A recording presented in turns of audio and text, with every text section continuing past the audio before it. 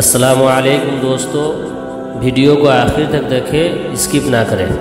الحمدللہ رب العالمین والصلاة والسلام علی رسولہ الکریم وعلی آلہ وصحبہ اجمعین، اما بعد، قال اللہ سبحانہ وتعالی اعوذ باللہ من الشیطان الرجیم، بسم اللہ الرحمن الرحیم، لقد كان لكم في رسول الله أسوة حسنة، وقال النبي صلى الله عليه وسلم لا يؤمن أحدكم حتى أكون أحب إليه من والده وولده والناس أجمعين، اللهم صل على سيدنا ومولانا محمد وعلى آل سيدنا ومولانا محمد۔ اللہ رب العزت کا بہت بڑا احسان اور کرم ہے کہ اللہ نے مجھے اور آپ کو ایمان والا بنایا۔ یہ ربیع الاول کا بابرکت اور باسعادت مبارک مہینہ چل رہا ہے۔ اس بابرکت مہینے میں ہم سب کے آقا و مولا فخر دو عالم محمد مصطفیٰ صلی اللہ علیہ وسلم اس دنیا میں تشریف لائے۔ اللہ رب العزت کا بے انتہا شکر ہے کہ اس نے ہمیں اور آپ کو ایمان کی دولت سے سرفراز فرمایا اور اپنے حبیب صلی اللہ علیہ وسلم کے امت میں پیدا فرمایا۔ کسی بھی مسلمان کا ایمان اس وقت تک کامل اور مکمل نہیں ہو سکتا جب تک کہ اللہ رب العزت سے سچی نسبت اور آپ صلی اللہ علیہ وسلم سے حقیقی محبت نصیب نہ ہو جائے۔ ایمان کامل کی علامت یہی ہے، نبی کریم صلی اللہ علیہ وسلم سے محبت کی نشانی یہی ہے کہ مسلمانوں کے تمام رشتے ناتوں سے بڑھ کر، دنیا کی تمام چیزوں سے بڑھ کر، دنیا کی تمام پسندیدہ چیزوں سے بڑھ کر اللہ کے نبی صلی اللہ علیہ وسلم سے محبت اور آپ صلی اللہ علیہ وسلم کی اتباع اور پیروی نصیب ہو جائے۔ کوئی بھی مسلمان اس وقت تک کامل مومن نہیں ہو سکتا جب تک کہ اس کے دل میں میری محبت اس کی والدین سے، اس کی اولاد سے، دنیا کی تمام چیزوں سے زیادہ محبوب اس کے نزدیک میں محبوب نہ بن جاؤ۔ دنیا اور تمام چیزوں کی مقابلہ میں اللہ اور اس کے رسول کی محبت زیادہ عزیز ہونی چاہیے، لیکن افسوس کی بات یہ ہے کہ آج ہم نے محبت کے کچھ نئے طریقے اختیار کر لیے ہیں، کچھ رسمیں ایجاد کر لیے ہیں، وہ ہم پورا کر لیتے ہیں تو سمجھتے ہیں کہ یہ حضور صلی اللہ علیہ وسلم کی محبت کی نشانی ہے۔ محبت کی نشانی ہے یعنی حضور صلی اللہ علیہ وسلم کی محبت کی علامت ہے، لیکن یہ چیزیں محبت کی نشانی نہیں ہے جو ہم کر رہے ہیں۔ نبی صلی اللہ علیہ وسلم سے محبت کی علامت اور نشانی وہ ہے جو اللہ نے قرآن مجید میں فرمایا ہے،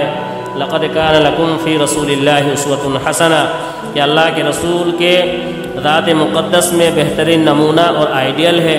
صحابہ اکرام رضی اللہ عنہم نے اس حقیقت کو خوب سمجھا تھا، یہی وجہ تھی وہ رسول اللہ صلی اللہ علیہ وسلم کے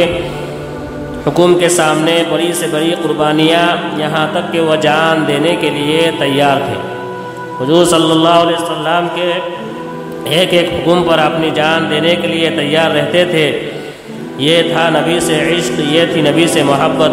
صرف زبان سے محبت کا دعویٰ کر لینا کافی نہیں ہے، نعرہ لگا لینا یہ نبی صلی اللہ علیہ وسلم سے محبت کی علامت نہیں ہے، صرف جھانڈیاں لگا لینا یہ نبی صلی اللہ علیہ وسلم سے محبت کی نشانی نہیں ہے، گھروں کو سجا لینا، مسجدوں کو لائٹوں سے روشن کر دینا، گلیوں کو، چوراہوں کو سجا لینا یہ نبی صلی اللہ علیہ وسلم سے محبت کی نشانی نہیں ہے۔ نہ جانے کن کن چیزوں سے سجا دینا یہ محمد صلی اللہ علیہ وسلم سے محبت کی نشانی نہیں ہے۔ میرے دوستو، یہ نشانی ہرگز محبت کی نشانی نہیں ہو سکتی جب تک کہ نبی کی تعلیمات پر عمل نہ کر لیا جائے، حضور صلی اللہ علیہ وسلم کی زندگی کو اپنی زندگی نہ بنا لیا جائے، حضور صلی اللہ علیہ وسلم کے ایک ایک ادا کو اور ایک ایک طریقہ کو اپنا نہ لیا جائے۔ یہ چیزیں نبی صلی اللہ علیہ وسلم سے محبت کی نشانی اور علامت ہے، نہ کہ وہ چیزیں جو آج کل رواج اور رسم بن گئی ہے، اور ہم نے رسم و رواج کو نبی صلی اللہ علیہ وسلم کی محبت کا نام دے دیا ہے۔ آج ہم ڈھول بجاتے ہیں اور رسم و رواج کرتے ہیں اور اس کو سمجھتے ہیں کہ یہ نبی صلی اللہ علیہ وسلم کی محبت ہے، حالانکہ یہ چیزیں نبی صلی اللہ علیہ وسلم کی محبت کی نشانی نہیں ہے۔ اگر نبی کریم صلی اللہ علیہ وسلم سے حقیقی محبت ہے تو آپ صلی اللہ علیہ وسلم کی تعلیمات پر عمل کرنا پڑے گا، نبی صلی اللہ علیہ وسلم کی سنتوں پر عمل کرنا پڑے گا۔ اللہ تعالیٰ نے قرآن میں کیا فرمایا ہے کہ ہم نے رسول کے زندگی کو ساری کائنات کے لیے آئیڈیل اور نمونہ بنا دیا ہے، یعنی آپ صلی اللہ علیہ وسلم کیسے کھاتے تھے، کیسے پیتے تھے، کیسے سوتے تھے، یعنی ہر وہ چیز جو آپ صلی اللہ علیہ وسلم نے کی ہے، ہر وہ چیز کو ہم سب کو اپنانا ہے۔ دوستو، نبی کریم صلی اللہ علیہ وسلم کے کردار کو اپنائیں، نبی کریم صلی اللہ علیہ وسلم کے اخلاق کو اپنائیں، نبی کریم صلی اللہ علیہ وسلم کی سنتوں پر عمل کریں، آپ کی زندگی کو اپنا زندگی بنا لیں۔ صحابہ کرام بھی ہمارے لیے نمونہ ہیں، صحابہ کرام نے ہمیں کر کے دکھا دیا ہے کہ نبی سے عشق و محبت کیسے کیا جاتا ہے۔ بدر کی لڑائی سے پہلے آپ صلی اللہ علیہ وسلم کو یہ خبر دی گئی کہ دشمن حملہ کرنے کے لیے آ رہے ہیں، چنانچہ آپ صلی اللہ علیہ وسلم نے تمام صحابہ کرام کو اکٹھا فرمایا اور مشورہ کیا کہ سر کے اوپر جنگ ہے، کیا کیا جائے۔ سب سے پہلے ابو بکر صدیق رضی اللہ عنہ اور عمر رضی اللہ عنہ کھڑے ہوئے، ان لوگوں نے بڑی خوبصورتی کے ساتھ جانشار کا اظہار کیا کہ ہم تیار ہیں۔ اس کے بعد حضرت مقداد بن اسود رضی اللہ عنہ کھڑے ہوئے اور عرض کیا، یا رسول اللہ، جس کا حکم اللہ نے دیا ہے اب انجام دیجئے، ہم سب آپ کے ساتھ ہیں، خدا کی قسم ہم اس بنی اسرائیل کی طرح نہیں کریں گے تو ان لوگوں نے کہا تھا موسیٰ علیہ السلام کو، تم جانو تمہارا خدا جانے، تم لڑو تمہارا رب لڑے، بلکہ ہم آپ کو یہ کہیں گے کہ آپ جہاد و قتال کریں، ہم آپ کے ساتھ ہیں، آپ کے سامنے سے حفاظت کریں گے، آپ کے پیچھے سے حفاظت کریں گے۔ میرے دوستو، یہ تھا صحابہ کرام کا جذبہ اور یہ تھا صحابہ کرام کا عشق و محبت۔ کیا بڑا کیا چھوٹا، کیا مرد اور عورت، سب نبی کریم صلی اللہ علیہ وسلم کے لیے جان دینے کے لیے تیار تھے، اور وہ کہا کرتے تھے، رب کعبہ کی قسم ہم کامیاب ہو گئے، کیونکہ وہ سمجھتے تھے کہ اگر کامیابی ہے تو آپ صلی اللہ علیہ وسلم کے حکم پر ہے، اگر کامیابی ہے تو آپ صلی اللہ علیہ وسلم کے طریقہ پر ہے، اگر کامیابی ہے تو اللہ کے حکم پر ہے۔ اسی لیے وہ کہتے تھے، لبیک یا رسول اللہ، ہم حاضر ہیں، آپ کو حکم کریں۔ اور ہمارا کیا حال ہے، ہم اللہ کے حکم ماننے کے لیے تیار نہیں ہیں، رسول اللہ صلی اللہ علیہ وسلم کے حکم ماننے کے لیے تیار نہیں ہیں، حضور صلی اللہ علیہ وسلم کی زندگی کو اپنانے کے لیے تیار نہیں ہے۔ آج اگر ہمارا کوئی چہرہ دیکھ لے ٹوپی اور داڑھی کے بغیر، وہ پہچان نہیں پائے گا کہ ہم مسلمان ہیں یا غیر۔ ایسے ہم نے حلیہ اختیار کر رکھا ہے، ہماری پوری زندگی سودخوری میں گزر رہی ہے، برائی میں گزر رہی ہے، چوری میں گزر رہی ہے۔ بس جب 12 ربیع الاول کا مہینہ آتا ہے تو 10 دن 12 دن یا 1 دن یہ ظاہر کرنے کی کوشش کی جاتی ہے، نعرے لگا کر، جھنڈیاں لگا کر، مسجدوں کو اور چوراہوں کو روشن کر کے ہم عشق رسول میں ڈوبے ہوئے ہیں، یہ سچے عاشق رسول ہے، ہم سے زیادہ عاشق کوئی نہیں ہو سکتا۔ میرے دوستو، یہ وہ چیزیں ہیں جو اسلام میں داخل نہیں ہے، دین میں داخل نہیں ہے، یہ نبی صلی اللہ علیہ وسلم سے عشق کی علامت، محبت کی علامت نہیں ہے، یہ اسلام میں داخل نہیں ہے۔ قتادہ بن نعمان رضی اللہ عنہ فرماتے ہیں کہ میں احد کے دن آپ صلی اللہ علیہ وسلم کے چہرے مبارک کے سامنے کھڑا ہوا، دشمن تیر برسا رہے تھے، میں نے سوچا کہ آپ صلی اللہ علیہ وسلم کا کہیں چہرہ زخمی نہ ہو جائے، میں آپ صلی اللہ علیہ وسلم کے سامنے آ گیا، تیر دشمن گرا رہے ہیں، سب سے آخر جو تیر آیا وہ میرے چہرے پر آ کر آنکھ میں لگا، میری آنکھ کا ڈھیلا باہر آ گیا، میں نے آنکھ کا ڈھیلا آپ صلی اللہ علیہ وسلم کے دست مبارک میں دے دیا، آپ صلی اللہ علیہ وسلم نے دیکھا تو آپ صلی اللہ علیہ وسلم کی آنکھ سے آنسو آ گیا۔ حضور صلی اللہ علیہ وسلم نے دعا کیا، اے اللہ، جس نے تیرے نبی کی چہرے کی حفاظت کی، تو بھی اس کی حفاظت فرما۔ اس آنکھ کے ڈھیلے کو صحابی کے آنکھ کی جگہ رکھ دیتے ہیں اور دعا کرتے ہیں، اس آنکھ کو پہلے سے زیادہ روشن فرما دے، چنانچہ ایسا ہی ہوتا ہے۔ یہ تھا صحابہ کرام جو نبی کے لیے مر مٹنے کے لیے تیار تھے، اور ایک ہم ہیں نبی صلی اللہ علیہ وسلم کے محبت کو ٹھکرا رہے ہیں اور دعویٰ یہ کرتے ہیں کہ ہم نبی صلی اللہ علیہ وسلم کے سچے عاشق ہیں۔ یہ کیسی محبت ہے میرے دوستو؟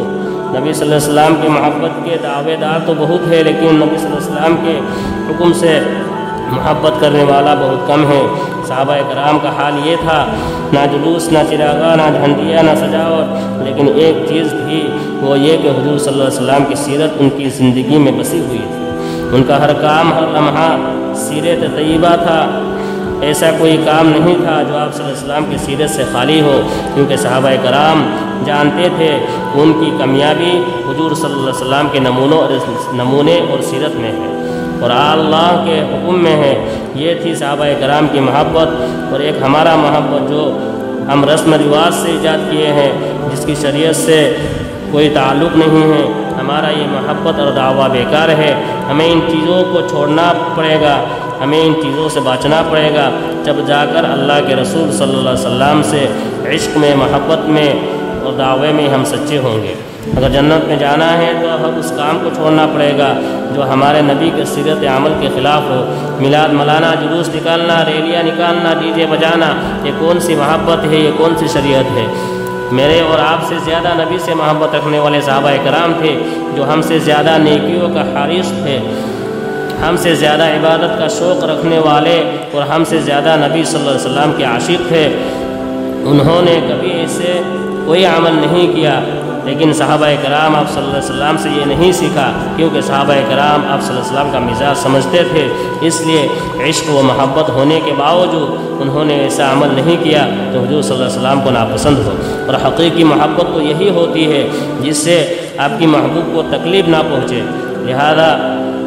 میلاد کی مجالس قائم کرنا، جلوس نکالنا، یہ بدعت ہے۔ آپ صلی اللہ علیہ وسلم کا دنیا میں آنا یہ ہمارے لیے ایک نعمت ہے، اندھیروں میں ایک روشنی ہے، اور ایک مسلمان کا خوش ہونا فطری امر ہے جس سے انکار ممکن نہیں۔ البتہ اس پر خوش ہونے کا وہی طریقہ اختیار کرنا چاہیے جو محسن کائنات صلی اللہ علیہ وسلم سے ثابت ہو یا صحابہ و تابعین سے ثابت ہو، چونکہ میلاد کا ثبوت قرآن و حدیث، صحابہ، تابعین و تبع تابعین اور ائمہ مجتہدین میں سے کسی سے یہ عمل ثابت نہیں، بلکہ یہ ساری چیزیں بعد کے لوگوں کی ایجاد کردہ ہے اور یہ بدعات میں شامل ہے، لہذا ان کا ترک کرنا لازم ہے۔ واضح رہے کہ نبی کریم صلی اللہ علیہ وسلم نبوت ملنے کے بعد 23 سال مسلمانوں میں موجود رہے، اور پھر 30 سال خلافت راشدہ کے گزرے، اور پھر 110 ہجری تک حضرات صحابہ کرام رضی اللہ عنہم کا دور رہا، پھر کم و بیش 200 برس تک اتباع تابعین کا زمانہ تھا۔ عشق ان میں کامل اور محبت ان میں زیادہ ہونے کے باوجود کبھی انہوں نے سیرت النبی کی جلسے نہیں کیے، نہ میلاد کی محفلیں سجائے، نہ جلوس نکالے، بلکہ 6 صدی ہجری تک مسلمانوں میں میلاد کا کوئی وجود نہ تھا۔ تجربہ شاہد ہے کہ مجلس میلاد، مولود معاقیہ منعقد کرنے اور 12 ربیع الاول کو جلوس نکالنے اور عید میلاد النبی منانے میں جس قدر اہتمام ہوتا ہے، نماز جمعہ اور جماعت میں اس کا 10واں حصہ بھی نہیں ہوتا، اور ان کے ترک سے جس قدر ناگواری ہوتی ہے، فرائض و واجبات کے ترک سے بھی ایسی ناگواری ہرگز ظاہر نہیں ہوتی۔ اگر کوئی دوسرا شخص اس میں شرکت نہ کرے تو اس پر وہابی، فاسق، منافق وغیرہ کے خطاب سے لعن طعن کر کے خود اذا خاصم فجرہ کے مصداق بنتے جاتے ہیں۔ مجلس میلاد، مولود معاقیہ، 12 ربیع الاول کی تعیین، جلوس نکالنا اور عید میلاد النبی کا جشن منانا شریعت کے خلاف مختلف مفاسد پر مشتمل ہونے کی وجہ سے بلا شک و شبہ بدعات ضلالہ ہے، اور حدیث میں ہے من احدث فی امرنا ھذا ما لیس منہ فہو رد، اور کل بدعۃ ضلالہ وکل ضلالۃ فی النار کا مصداق ہے۔ شریعت کے متعدد اصول اور نظائر کی روشنی میں مختلف وجوہ کے بنا پر اس کا مضموم اور قابل ترک ہونا ثابت ہوتا ہے۔ اللہ تعالی ہم سب کو ان تمام باتوں پر عمل کرنے کی توفیق عطا فرمائے اور دین کی صحیح سمجھ ہم سب کو عطا فرمائے۔